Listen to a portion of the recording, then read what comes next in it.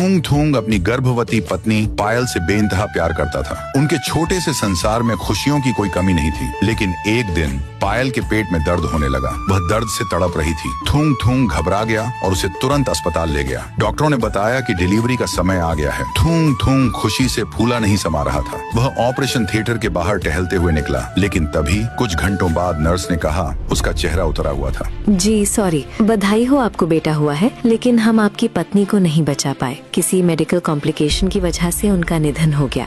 थूंग थूंग के पैरों तले जमीन खिसक गई। एक हाथ में नन्ही सी जान थी और दूसरे हाथ से उसकी पूरी दुनिया उजड़ चुकी थी। वह पूरी तरह टूट गया।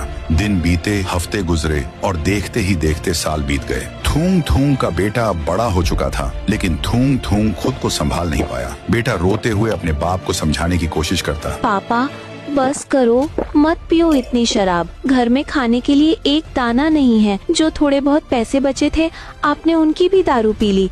हम क्या खाएंगे? अबे तू अपने बाप को सिखाएगा? जबान लड़ाता है मुझसे। तुझे क्या पता मेरा दर्द। निकल यहाँ से। तुझे खाना चाहिए ना तो खुद कमा और खुद खा, मुझे मत सिखा। मजबूर होकर नन्हा बेटा घर से निकल गया।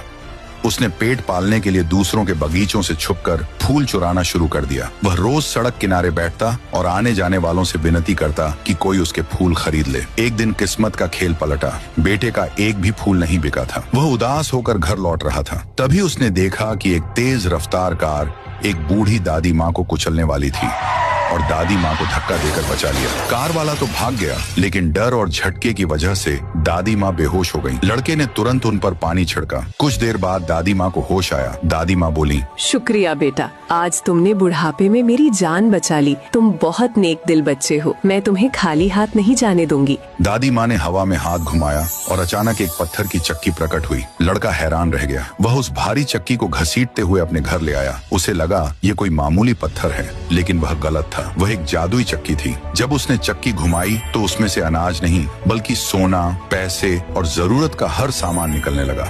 देखते ही देखते थूंग थूंग का बेटा उस गांव का सबसे अमीर लड़का बन गया। गांव का एक शातिर लड़का राइस्टार ये सब छुपकर देख रहा था। उसने देखा कि कैसे यह चक्की रातों रात किस्मत बदल रही है। उसके मन में लालच आ गया। रात के करीब 1 बज रहे थे। चारों तरफ सन्नाटा था। राइस्टार दबे पांव थूंग थूंग के घर में घुसा और वह जादुई चक्की चुराकर भाग निकला। अगली सुबह राइस्टार एक सुनसान जगह पर गया। उसके मन में सिर्फ पैसों का ख्याल था। जैसे ही उसने पूरी ताकत लगाकर चक्की को घुमाया, एक जोरदार धमाका हुआ, लेकिन चक्की से सोना नहीं निकला, बल्कि उसमें से हजारों जहरीले सांप, बिच्छू और खतरनाक कीड़े मकोड़े बाहर निकलने लगे। राइस्टार कुछ समझ पाता उससे पहले ही उन जहरीले जीवों ने उस पर हमला कर दिया।